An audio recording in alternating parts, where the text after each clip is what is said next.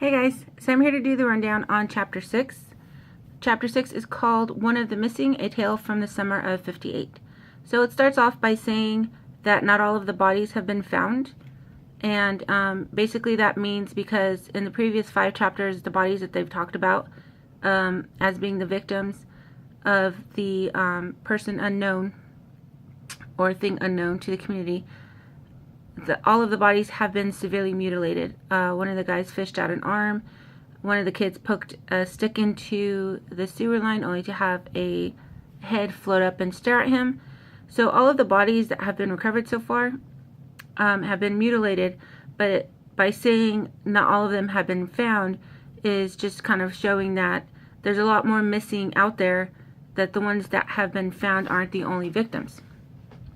So the chapter starts out with a series of articles, and I wrote some notes just to kind of quickly go through it because it's pretty detailed in the book, and I'm just trying to go through each article really quick so you guys know what is in them. So the first article basically just states that there's a missing boy. His name is Eddie Corcoran. He's 10 years old. He's been missing for 2 days. His parents didn't report it right away because Eddie didn't get along with his stepdad.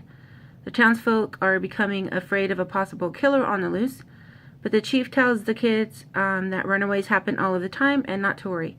Said that the previous 5 murders were not related. Article 2, the next day, court ordered an exhumation of the missing boy's brother, who died the year before with fractures and broken bones. The stepfather had said it was an accident. So Eddie Corcoran's little brother, I believe he was 4 years old, Dorsey, had died the previous year, and now they're exhuming his body now that Eddie Corcoran has come up missing.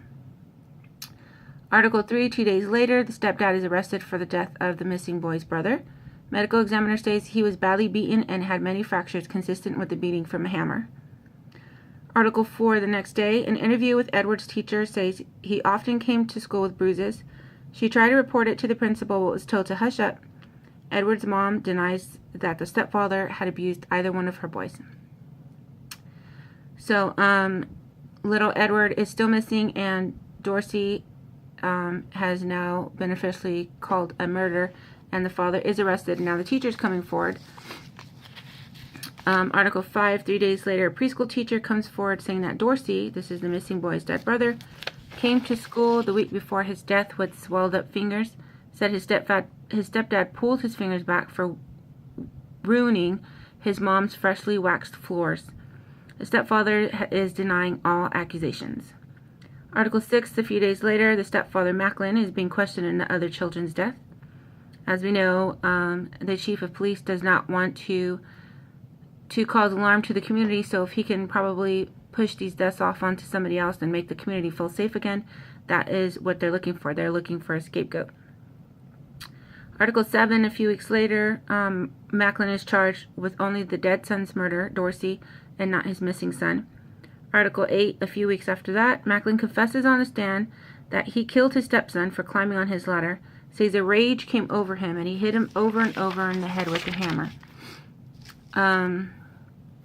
Article 9, 2 months later, it just states that Edward Corcoran is still missing, and that the stepfather was sentenced to 2 to 10 years at Shawshank. He still denies doing anything to his missing stepson. He has been cleared of all the other murders since 7 other murders happened while he was in jail. All of the murders are still unsolved. He said he has made peace with God and will try to spend the rest of his life making up for it. January, 4 months later, after he was sentenced, a body was found, but it wasn't the body of 10-year-old Edward. It was the body of another boy. Edward at this point has been missing for 19 months. Article 11 flash forwards a whole 10 years into 1967. The stepfather has been released from prison, and he's got himself an apartment trying to live a regular life. He ends up committing suicide, and he leaves a note saying that he had saw Eddie last night, and that Eddie is in fact dead. So that's just how the chapter starts out, kind of telling what happened to Eddie's family in 1958. So then we flash back to Edward's story, kind of like his point of view on it. And it says, like, basically, I took notes on this too. Chapter 6 was a very, very long chapter, so I had to take a lot of notes. His stepdad beats him all the time, beats him so bad once that he passed out after being thrown against the wall. His mother had wanted to take him to the hospital, but they were both afraid of what the cops would say since Dorsey's death. Eddie wasn't planning on going home that night. He was planning on spending the night in Bassey Park near the high school and the Kissing Bridge. We know the Kissing Bridge is where Adrian Mellon met his fate in Chapter 2. That would be like 30 years after this incident, though. Eddie decided to spend the night there at Bassey Park. He was sitting at the canal wishing that he could get revenge for his brother. And he was kind of fantasizing throwing his dad in. So the Kissing Bridge, there's a canal running through it, and the river runs into the canal. Well, the river was flowing, the canal was flowing pretty heavy, so he was just fantasizing. He went over to the canal, sat on the concrete part of it, and he was just fantasizing throwing his father in and watching him being carried away, out of his and his mom's life for good as revenge for his brother's death. So as he's sitting there fantasizing about this, he is kind of shaken up by something that has grabbed onto his ankle. When he looks down to see what it is, it's his dead brother Dorsey. So obviously at this point, Dorsey's been dead for a long time, and so Dorsey is pretty grotesque. His meat is kind of like hanging off him, I guess, and he's like missing part of his foot. He's crawling up the canal bank, the cement part, and he's trying to pull Eddie in. He's saying, "Eddie, I came back for you." So Eddie kind of snaps out of his shock moment at that time and realizes that he needs to get the hell out of there. And so he pushes himself up and takes off running. Dorsey gives him chase, and at this point, Eddie turns around to kind of see where his brother's at, and that obviously is a distraction, and he runs right into a tree. So after he runs into the tree, he gathers himself back up, and he takes off running again. When he looks back this time, it is not his little brother who is chasing him. It is actually the creature from the Black Lagoon. Now we know that the monster within Pennywise has a million different faces because it uses what that specific person is afraid of. And definitely Pennywise is the definitive character because in most of the instances, it always talks about the orange pom-poms. So you see kind of like the orange pom-poms as it's still the clown, but we know underneath there's another clown. I'm sorry, there's another monster. But the clown, Pennywise, is definitely the one that it uses most. It definitely feels most comfortable in that skin. But for little Eddie at this time, it's the creature from the Black Lagoon because he had watched the creature from the Black Lagoon a few nights before. And we know in 1958 that the Universal monsters ruled, and a lot in this book so far, I've run across a lot of the characters from Universal at this time. So him seeing the creature of the Black Lagoon, who is the person who is now chasing him, he takes off running. He can see lights up ahead. He sees the street lights. He's only a few hundred yards away from it, and he's heading there in haste. He doesn't realize that there is a overturned bench that had been knocked over earlier in the day, and so he tumbles and trips over that. That gives plenty of time for the creature to catch up, and when it does, it of course is not going to be a good thing. So this is kind of like the end of Eddie Corcoran.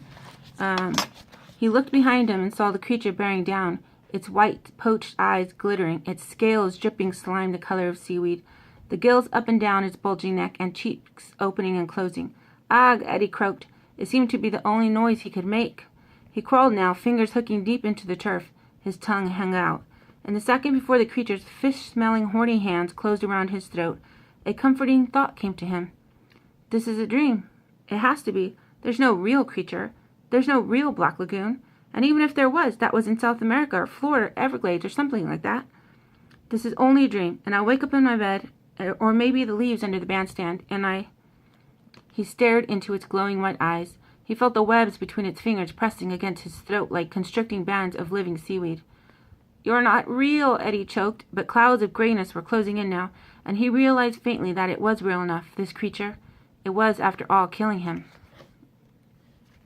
And yet some rationality remained, even until the end, as the creature hooked its claws into the soft meat of his neck, as his carotid artery let go in a warm and painless gout that splashed the thing's reptilian plating. Eddie's hands groped at the creature's back, feeling for a zipper. They fell away only when the creature tore his head from his shoulders with a low, satisfying grunt. And as Eddie's picture of what it was began to fade, it began promptly to change into something else. So that is the end of Eddie Corcoran. He definitely didn't have an awesome life, and he definitely didn't have an awesome death. He was mistreated by his mother and stepfather, and then he gets attacked by it when he tries to get away from them. So that is pretty sad for little Edward Corcoran. So then it kind of shifts over focus. We get into young Mike Hanlon's life. So far we have seen in one of the chapters heard from the adult Mike Hanlon, and now we're getting a taste of the young Mike Hanlon. He basically felt the urge that morning to, I don't know where I'm in. Sorry. He basically felt the urge that morning to take a ride on his bike, and this was the day after what had happened to Eddie Corcoran.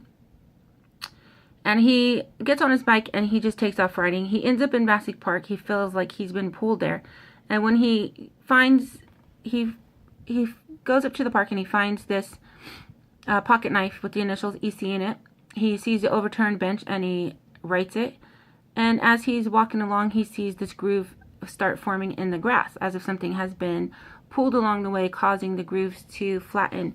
And he's following them, and he starts to realize that there's these blood drops in it, or these red spots that kind of look like dried blood.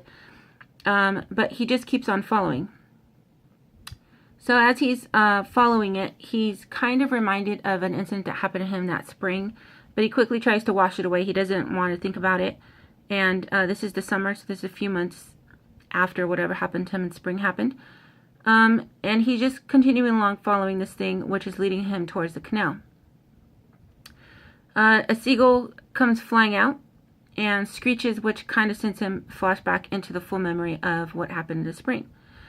And it kind of goes on to that story about Mike Hanlon's life. And for Mike, he was definitely a daddy's boy. He got along great with his dad. His dad was kind of like his hero, it seems.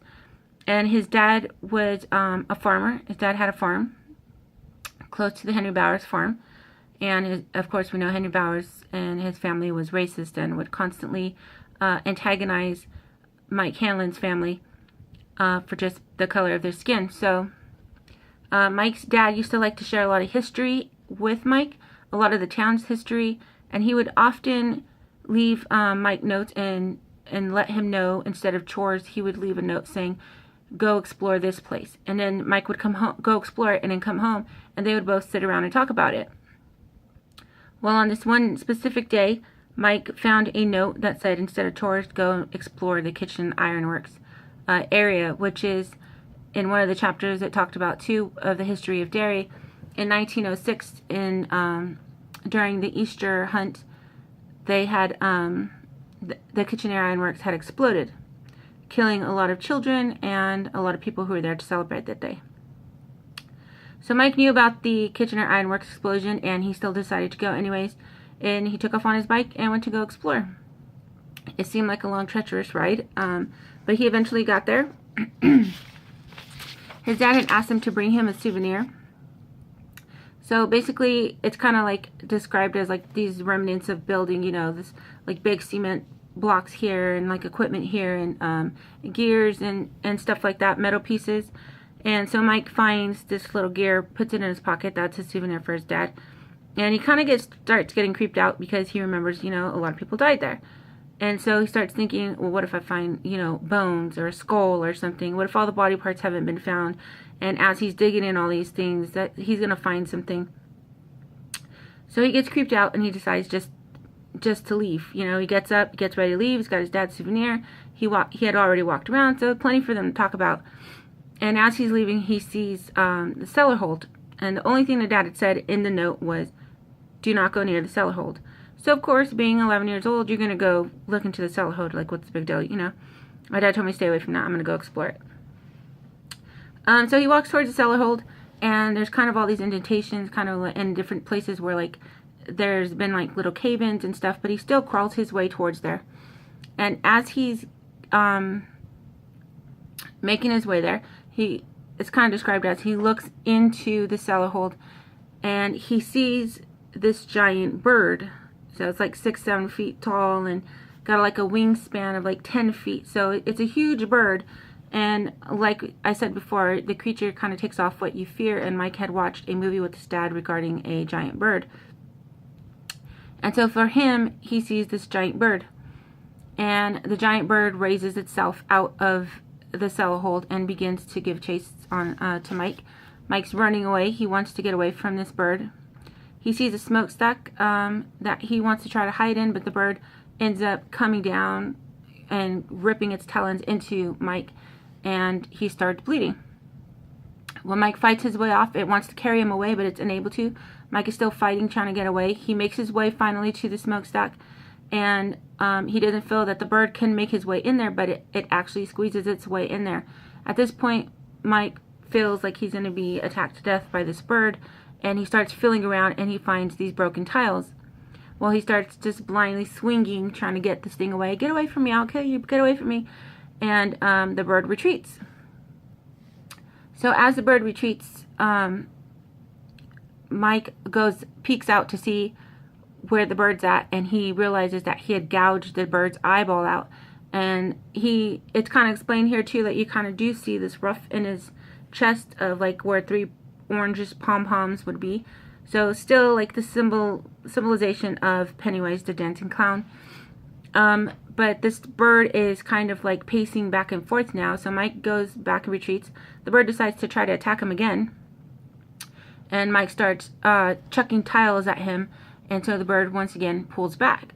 Well, now the bird is kind of like irritated, pissed off. It's like pouncing over the top and just tack, tack, tack, tack. So he could hear it pacing back and forth over him.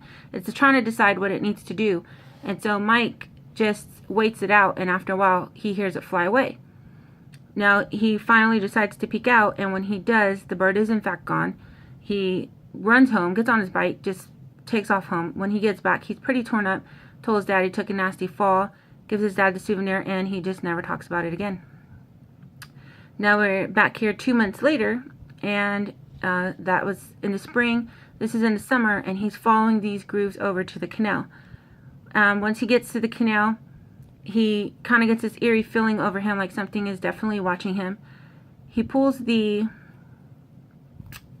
knife that the pocket knife he had found with the EC initials on it, and for some reason he just doesn't want it anymore, and he chucks it into the water. Now he hears like a splash near him. It's from a distance, but he just gets this eerie feeling, and he decides he's going to take off. So as he's taking off, he's running as fast as he can. He hears a larger splash, and the larger splash is much closer to him, and Mike just gets on his bike and books it. He knows if he turns around, he might see something chasing him. He's pretty sure there's something behind him, but he does not want to turn around. He does not want to find out, and Mike gets his ass out of there and does not turn around, does not stop until he gets his ass home. So Mike Hanlon is very smart, very horror movie smart. And then he doesn't find out till a couple days later. He sees on the news the story about little Eddie Corcoran missing, and he thinks about the pocket knife with the letters EC.